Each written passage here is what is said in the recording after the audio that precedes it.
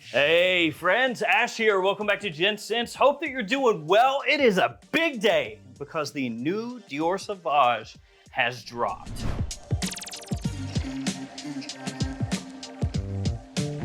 That's right, the first new Sauvage since the critically acclaimed Sauvage Elixir, which came out in 2021.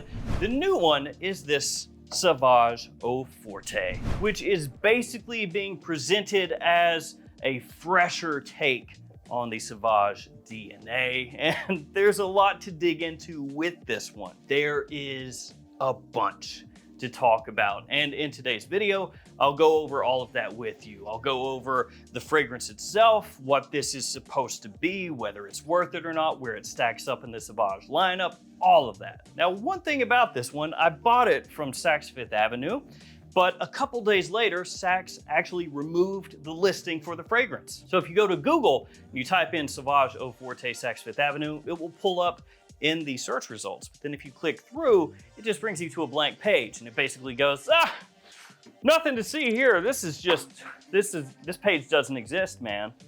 Nothing going on here. So I don't know if maybe Saks put it out a little early on the website and then went, oops, and take that back once they realized people were ordering it.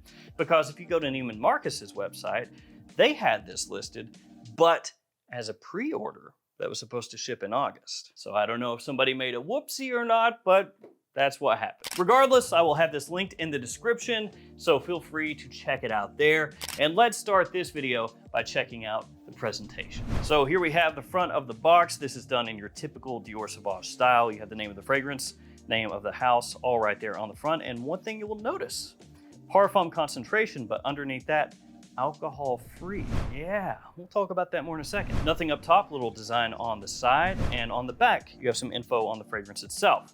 It says, Sauvage Eau Forte, an innovative alcohol-free formula exclusive to Dior. The emblematic freshness of Sauvage intensified and extended by the power of water in a fragrance with a powerful trail. Then on the bottom, you have your ingredients, your size, and your badge code. My badge code 4E04. And here we have the bottle. Once again, your typical Sauvage style. You have the name of the house, name of the fragrance there on the front. And at the bottom, you'll notice kind of a white coloration where the gradient gets more clear. That is because this fragrance has a milky color to it, and it's very obvious when you look through the bottom of the bottle. Yeah, it basically does look like you have milk inside of your bottle there. And that's part of the alcohol-free formula that they have going on here. On the bottom, you also have your badge code etched into the glass, little Christian Dior logo there as well. The cap is magnetic. It has a Christian Dior logo up top, and you also have a logo on top of the atomizer, and of course, a little bee inside of the cap. All right, let's go ahead and do a couple sprays here. Check it out.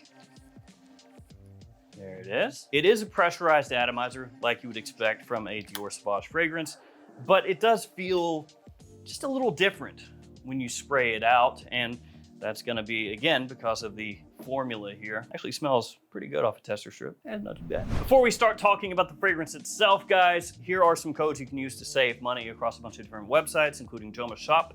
Those codes can only be used on their app, but any of those other fragrance sites that you see listed, you can use those codes to save yourself some money. And also in the description, you can sign up to my mailing list where I will hit you guys up with good deals on fragrances, the occasional written review, just anything that catches my eye fragrance-wise. I won't spam you or anything like that, but feel free to sign up for that. All right, let's start digging into the nitty-gritty of Sauvage Eau Forte, and there's a lot to talk about. So I guess we'll start off with just the perfumer. The perfumer of Sauvage Eau Forte is different than all of the previous Sauvage fragrances. So all of these, the original 4, and also there's the very cool spray, but we won't talk about that. These 4 were all done by François Dimanche. Let me see if I can line these up correctly here. There we go. Eau de Toilette, Eau de Parfum, Parfum Elixir. But then he stepped down, was replaced by Francis Kurkdjian, who is the perfumer of this one, which obviously is gonna draw a lot of attention because the person who made this line, which is for all intents and purposes the most popular fragrance line for men in the world. Ever since it came out, the person that made all these is no more, at least in terms of making the fragrances. That sounded really dark there for a second, and has been replaced. So it's like, oh, which direction are things gonna go, right? Is the new perfumer going to step in and be like, that's all great, but I'm gonna put my own stamp on this, so just forget this stuff over here. This is mine now. Or do they stick with the formula, stick with the DNA that's been established and go like, well, let's just kind of keep it making sense within the line. So that's one thing that I know personally I was looking at. It was like, well, which way is it gonna go? And then you have, of course, also the fact that it's alcohol free, which is a big gamble and also a pretty big deal. There have been other brands that have done alcohol-free fragrances. There have been some niche, even some clone and some designer as well, but it's not something that is done with regularity, at least not yet. So alcohol-free fragrances on its face sounds like a pretty good thing, because the brands that have done alcohol-free fragrances will be like, oh, it's better for your skin, so it won't dry your skin out. But realistically, I don't think many people at all have that issue. Now, I know there are some people who have very sensitive skin, and for them, it would make total sense, I would say. But for your average person, I don't think that there are too many people out there who are like, ah, man, these fragrances are just making my skin just cracks open right where I spray. It's so dry. If only there was an alcohol-free fragrance that I could lotion my skin with, that would be perfect. But that's how they present it. They'll be like, oh, it's better for your skin. And that honestly seems to be the main pushing point. They'll be like, oh, it's more sustainable also because it's water-based. But up to this point, it's not been something that's been pushed all that much. And you could say by Dior taking the most successful line ever and then putting out their first flanker in 3 years after this beauty and making it alcohol-free, you could say they're taking a gamble and hoping that that catches on in a big way. And if it does, you'll have a lot of brands out there doing the same thing, guaranteed. If this crushes in sales, YSL, Versace, Armani, Chanel, all these brands, they're gonna be like, oh, we had an alcohol-free fragrance in the works too, guys. We are not just putting it out because of Dior, but we do have that coming out right now, right after that one did really well. That's gonna happen.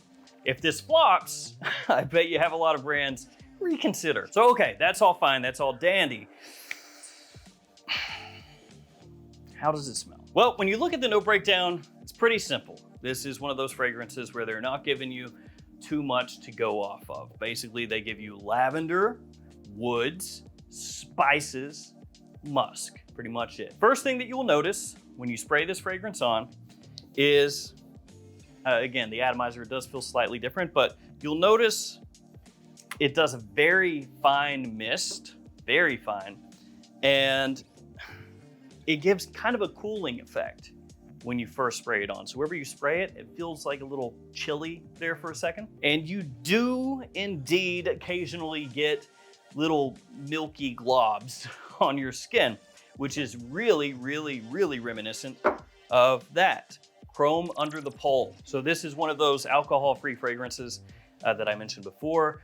They did this one as an alcohol-free fragrance. It also has a milky coloration to it. It also has like little white globs show up where you spray it on. Now, as it dries, those go away, but still, it's not the greatest look when you spray yourself down. You've got little white mounds of liquid all over your arm. So this one is the exact same as Chrome Under the Pole in the sense of that. And Chrome Under the Pole, actually pretty well known for smelling quite similar to the original Azzaro Chrome, but having just terrible performance. This one though, this one has extended power, powerful trail, intensified. This one should be fine, right? Yeah. So anyway, you spray it on, chilling effect for a moment there, white globs, and it also makes your skin feel a little sticky where you spray it on. So if you spray in the crook of your elbow, which is a lot of times one of the spots I like to spray, when you move your arm like this, it does feel like it sticks together for a second there. So that's, but it's better for your skin though.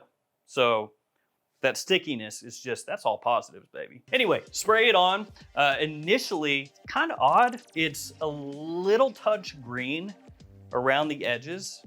There's a decent amount of fresh spice in there, kind of that like black pepper, like you would get from the original Sauvage, but definitely smoothed out and toned down. And then a bit of like a clean, sweet lavender. As it starts to dry, it becomes an almost creamy, like ambery, kind of amber woody lavender with that residual spice, again, that kind of peppery feel lingering into the mid. If I'm honest with you guys, I think the opening is not really that attention grabbing. It's kind of mediocre to almost odd. And part of that I think is going to be down to the alcohol-free formula, because the way that this opens up, drastically different from these, or really most any fragrance. Because most of the time when you spray a fragrance on, the opening kind of, you know, leaps off the skin a little bit. This one, you spray it on and it's like kind of heavy in that initial opening, but you have to get really close to smell it. And so it presents itself in a different way than any other normal fragrance. Because I was wearing a new Zerzov that I got actually before I got this one in. And I had just done one spray over here and it was projecting, right? And I could do this, catch whiffs, move around, catch whiffs, smelled really pleasant in the air. With this one, got it in, scrubbed this off, all gone. And I sprayed this one on. And it's like, okay, let's go ahead and get a whiff. Oh, there it is. So you gotta get like right up on it, and then it kind of hits you in a way that feels both heavy and light at the same time. It's like it's not projecting, but then when you get close, it's like, ooh, there it is. Ugh. So yeah, little green, spicy, black pepper, but smoothed out as compared to the OG. And then that kind of amber woody, almost slight vanilla, clean lavender with like a creamy touch of sweetness through the mid. And then as it hits the dry down, almost gets like a touch powdery, like a little touch. And it has that, again, the amber woody, musky kind of feel to it. The opening is just not to my taste.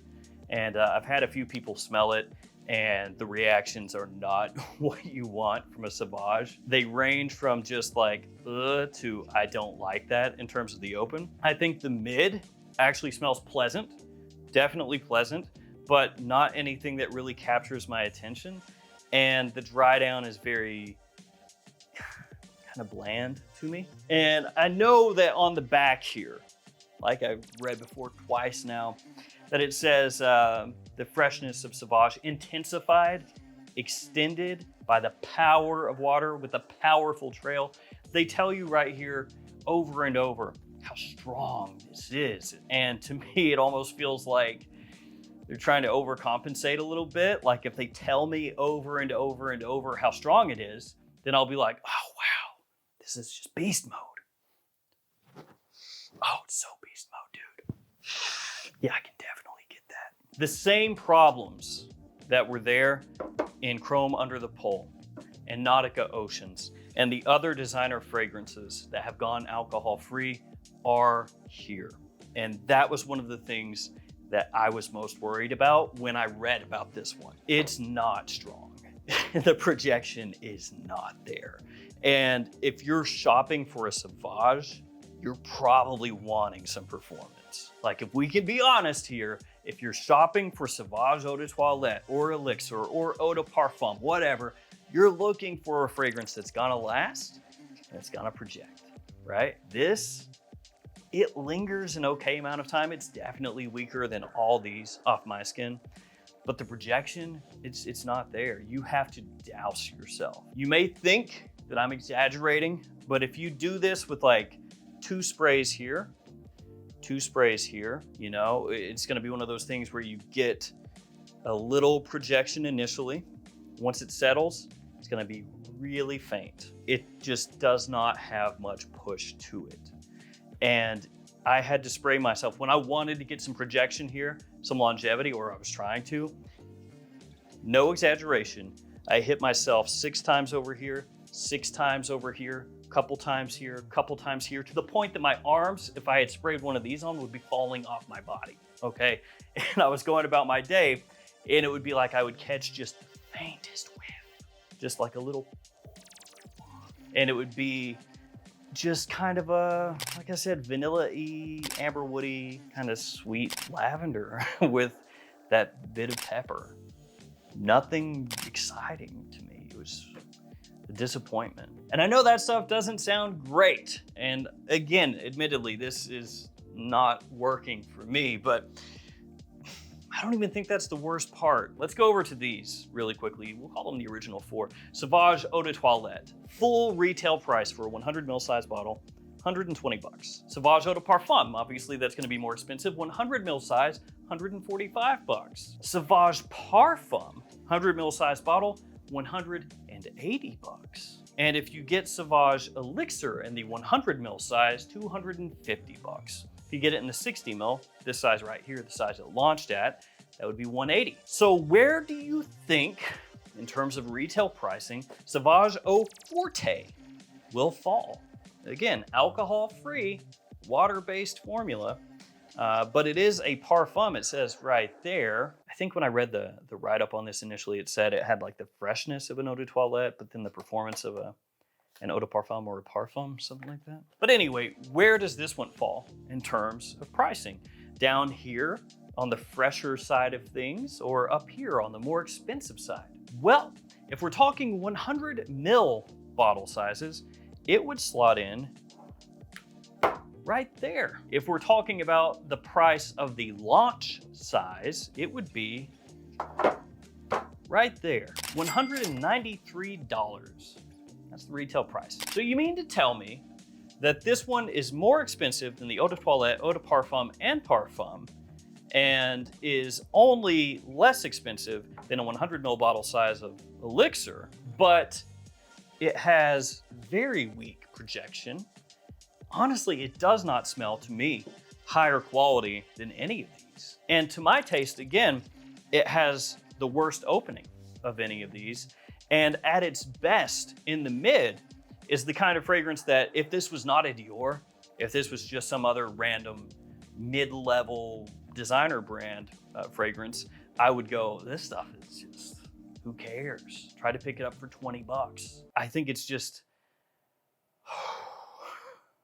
it's insane. So this ends up being something that I just feel is gonna be a tough sell. I really think it's gonna be tough for people to try to sell this in stores because almost 200 bucks, the performance is not there. So if you're looking for performance, you're not gonna get it.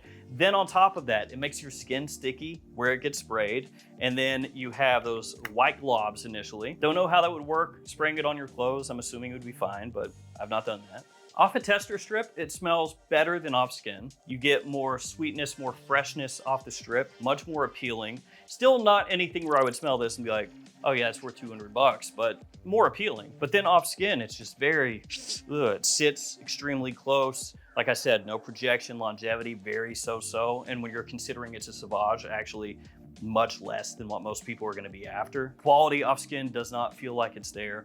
I just can't imagine too many people going into a store, getting blasted with some milky stuff on their skin that just sits there flatly and makes their skin sticky and smells very basic. And then they go, you know what, hell with it. I'd love to pay $200 for that, man. Yes, I am a rube. Here, take my money. And just to put this into further perspective, okay, some of the fragrances that this would be competing against, again, these are full retail prices. YSL myself, the Eau de Parfum, 155 bucks full retail, almost $40 less than this one. Y Eau de Toilette, 125 full retail, 100 mil. Y Eau de Parfum, 155, again, full retail, 100 mil. Allure Sport Eau Extreme, 157. Full retail, 100 mils. Bleu de Chanel Eau de Toilette, 130. Eau de Parfum, 157. Parfum, wait for it, 193. So that's where the pricing comes in. They've priced Sauvage Eau Forte to go up against Bleu de Chanel Parfum, which again, not trying to be a hater here or anything, but Bleu de Chanel Parfum smells so much better than this. The quality is like a massive difference. The performance is better, the composition is better, everything is better. And if you want to go cheap, Polo 67 108 full retail, that's for a 125 mil. So 25 more milliliters, about 90 bucks less, 85 technically. I just don't see where the market is what I'm saying. I don't know. I could be proven wrong. This could crush it. This could be amazing. But for me, guys, this is a no. And I know that like Y Elixir came out earlier, and Y Elixir I was pretty harsh on, but I will say Y Elixir smells fine. And the quality of Y Elixir is higher than this. There's no question there. When you smell those side by side, at least to me, it's like, oof, not close. The main issue I had with Y Elixir, of course, was the pricing. I think the pricing for what you get there is just not it. And I feel like for it to be priced as an elixir, which is supposed to be a halo fragrance, that it just didn't quite reach that summit, right? But I would wear Y Elixir all day, every day over this. So as I alluded to earlier, I know this is the first big release from Christian Dior that Francis Kurkdjian has been behind, but I just don't get it. Going for a fresher Sauvage, you know, that could make sense, even though traditionally those have maybe not been like the biggest sellers, you know, looking at Y Eau Forte, for example. But if you pull it off really well, then it's like, okay, cool, man. That's a nice little addition. Somebody who really wants just the freshest version of that fragrance for summertime, cool. This ends up being something that I just feel outside of the name. If you take Sauvage off the front here, I don't think too many people would be very psyched about this. It is not powerful. It does not have a powerful trail. It is definitely not extended in terms of performance. Have you smelled the eau de toilette? That stuff is nuclear. Intensified, I think not. So obviously you guys know my thoughts on Eau Forte here. I think 200 bucks, that is a tall task. That's a lot to ask for what you're getting here. And I don't think it's worth it personally. But I do think there are some situations, some people that it would work for. If you do indeed have very sensitive skin and fragrances tend to bother you, but you still want to wear a fragrance, then this could work. And then that would make sense. That would make sense because there's not a lot of options out there. So that would make sense. And then the other alternative would be if like you just want something very subtle and you know, a little fresh, a little sweet with a fresh spicy pop kind of throughout, then you could get this. It will be subtle unless you douse yourself in it. But those are really the only situations I think that would make a whole heck of a lot of sense. So a lot of fragrances, not all, but a lot will have a little symbol down there. It looks like a little jar being opened with a number and then M. And that's supposed to be how long the brand says that the fragrance or the good will be good for. This one says 12 months. It remains to be seen if that's the case. If after 12 months this goes bad, I would assume it should still be fine because my chrome under the pole is still okay, as long as you take care of your fragrance, but there is that also. So there we go, guys. Sauvage Eau Forte, one of the most expensive and yet at the same time one of the weakest or the weakest Sauvage fragrance. I know a lot of you are excited for this one, and again, don't let my opinion completely sway you. Go try it out in stores, see if it works for you. I can just say that I think for what people who shop for Sauvage fragrances are looking for, this is not that. Thank you guys for hanging with me. Stay safe out there. See you tomorrow in the fragrance video. See you guys later.